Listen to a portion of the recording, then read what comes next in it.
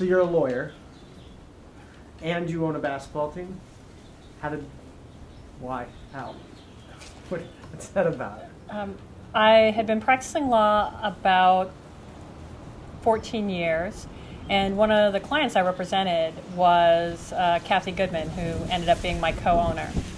And she asked one day whether I wanted to go to a Sparks game with her, and I had my own WNBA Sparks tickets, which made us a genetic match, since at the time about 4,000 people in Los Angeles attended the games.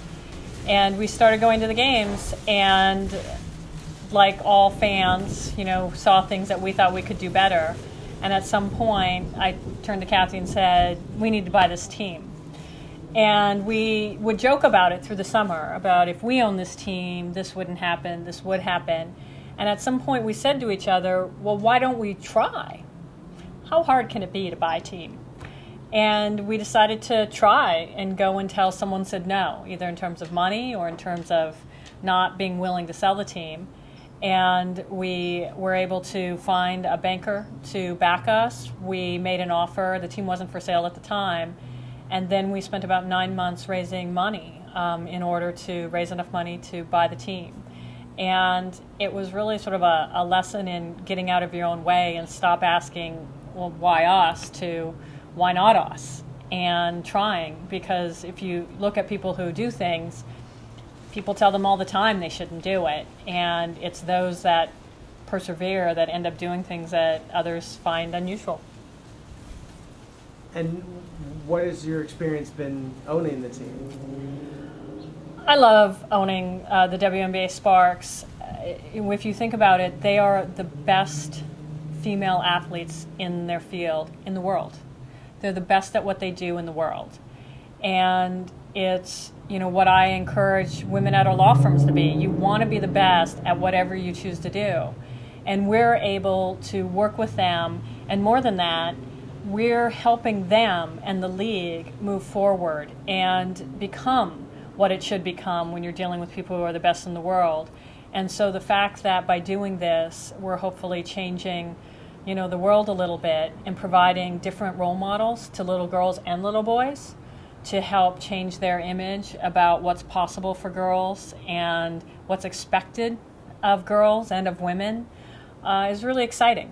And so for us, that was a big part in wanting to own the team and what it means to be associated with the WNBA and what it means to be a woman in any profession. Nice. And how does that relate to your involvement now with UND? UND really gave me the courage to step out and do things that were unexpected. They never put limits on folks because they came in without money or without experience or not knowing what they're doing. And I often said that one of the reasons I had the courage to buy the team is because it was no scarier than anything that I'd ever done. I had never known anyone who had gone to college. I didn't know anyone. That wasn't in my circle. And so going to UND was as scary as anything I've done. And I learned that once you got there and you got in, you could make whatever you wanted out of the place. And then I went to law school, and that was really scary and sort of had the same experience.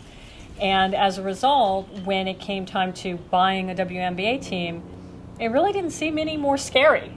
And I assumed that when I got to the other end and I owned the team, I would sort of figure it out, like I'd navigated other things. And if my experience at UND had been different, and so it had been bad instead of... Do I have to do that all over again? No, we can cross this off. Okay. Just go with had my experience Okay. been different. Hold on. Okay. And had my experience at UND been different and not had been as nurturing or as free to allow me to develop, I would have probably had sort of a different view of what was possible. And so when you set the stage for anyone when they're 18, 19, 20, I think you just help shape how they'll approach things the rest of their life. So I think it played a big part in making me into the type of person who would buy a WNBA team.